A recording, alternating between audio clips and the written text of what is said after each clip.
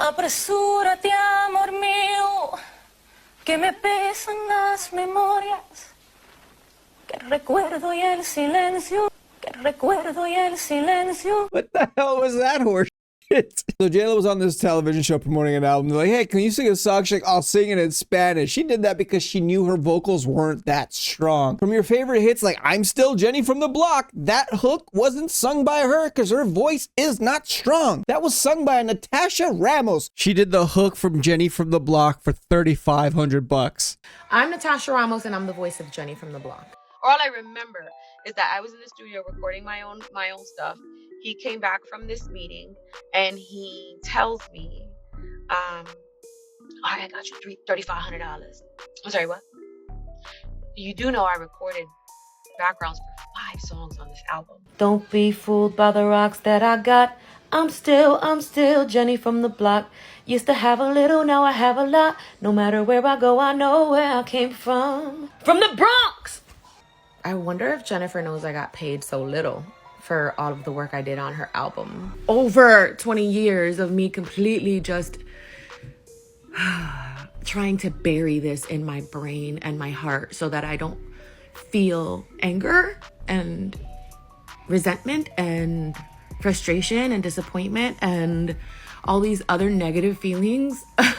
Which when you hear her story and her explain it and how sad she looks thinking about it, your heart just breaks knowing this giant piece of sky turd who is now falling after the biggest ascent in her lifetime that we've ever seen of a sky turd fly. J-Lo stole the voice without the girl knowing it and then realizing it years later and just being broke at home while J-Lo's rich fucking Ben Affleck. So here's a comparison of J-Lo's weak-ass voice next to Natasha Ramos.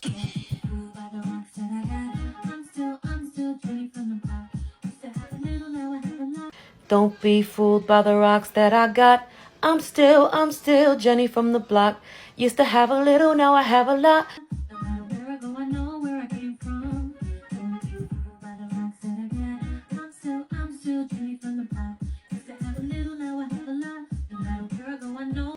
Don't be fooled by the rocks that I got. I'm still Jenny from the Block. Used to have a little, now I have a little. No matter where I go, I know where I came from. From the Bronx!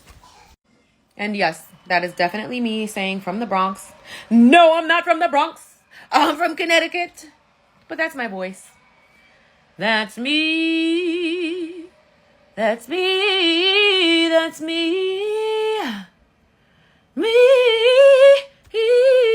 Yeah. So Natasha has 4 credits on J-Lo's album, This Is Me Then. Jenny on the Block, as you see here, is track 7. She is listed as the background vocals for track 7. No one else has background vocals on track 7, which you can't tell from listening to the song Jenny from the Block. They did was they turned Natasha higher than J-Lo, making Natasha the lead vocalist, and her voice was used to amplify J-Lo's career. So Natasha was used as a stepping stone to further J-Lo's career. She was young, she had a bad manager. She details it on her TikTok, which I will show you somewhere on the screen right now. Follow her. And she did 5 tracks, like I said, for $3,500. J-Lo recently spent $20 million making her shit vanity project. I personally am heartbroken for Natasha. Here's her explaining what happened in her own words. All right, so I don't know what year it was, but I had the opportunity to sing a reference track for Jennifer from the Block. A lot of people say she stole the song from me. She did not steal the song from me. That song was written for Jennifer. It was called Jenny from the Block. So I recorded it. They shopped it to her. She loved it. She loved the background vocals. They told me they wanted to keep me on there and they wanted me to sing background vocals on some more songs on this album. So she did go into the studio and record some background vocals over mine. I am convinced that they turned her vocals all the way down because it sounds almost identical to the reference track. One thing I did not know that they were going to do until after the song was released was keep my laugh. Like the laugh you hear on the song, that's my laugh. Like the laugh that when you're watching the video and there's a laugh and she laughs in the video, that's my laugh. The person saying from the Bronx, that's my voice. And they kept an ad lib. And just for the record, ad libs are not background vocals. Ad lib is 100% a lead vocal. So, okay, so in regards to the negotiation and all that stuff, I 100% take accountability for the fact that I was not well versed in the business aspect of the music industry.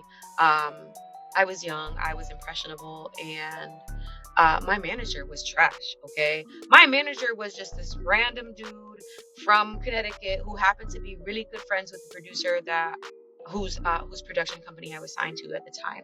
All I remember is that I was in the studio recording my own stuff. He came back from this meeting and he tells me, "All right, I got you $3,500. I'm sorry, what? You do know I recorded backgrounds for 5 songs on this album."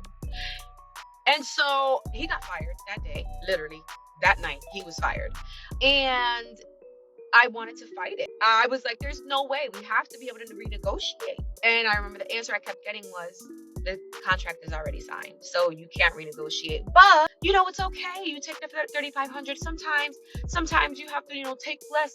It's for other doors to open for you. Like, that's how it was sold. Like, yeah, you're only getting $3,500 for all this work you did. That's gonna make her millions of freaking dollars. But maybe for her next project, she'll reach out to you for background vocals, or yada yada yada. And me being young, I'm like, all right, I guess, like, sure. But off rip, felt like immediate resentment, immediately felt disheartened and heartbroken, and on. Natasha also details how her career might have been hurt by a producer who was playing Grab the Vagine. Sorry for making a joke about that. So like I said, I was not in the room when the negotiations were happening. And I have thought to myself over the years, like, I wonder if Jennifer knows I got paid so little for all of the work I did on her album. I really hope that she doesn't. I really hope that she didn't. But also, I'm pretty sure she was in the room. So there's that. But I will say that there was this one person in the room negotiating, and I had a situation with this person. So this was my last day recording. So as I'm coming out of the booth for the last time, I am met by producer Corey Rooney. Corey is at the door, tells me what a great job I did, is so proud of me. And then he asks me for a kiss. And I'm like, what do you mean? Just a little kiss. I say no. He's like, if you don't give me a kiss, I'm going to take you off all these records. At which point, gave him a little tap kiss. He says, no, I want tongue. I said, if you don't let me out of this room, I'm going to scream my fucking head off. And he let me out. And all these years, I can't help but feel like that was a big piece in why I was screwed over so badly.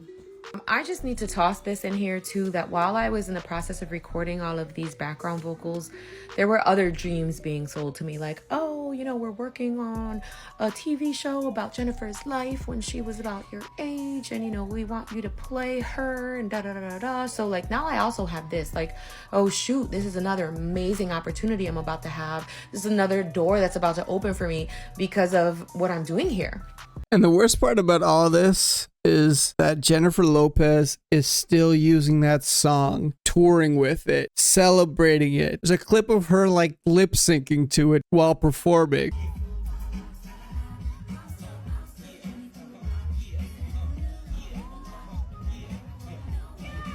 It's fucking disgusting. If there's any justice in the world, JLo gets smushed by 2 greyhounds. Been on this bus kink lately. I don't know why. I don't know what else to say. Go follow Natasha Ramos. Hit her up. Get her to like make more content. Seems like a chill person. That is the video. Hit the like, share, subscribe, all that stuff. Thank you so much for watching. See you in the next video.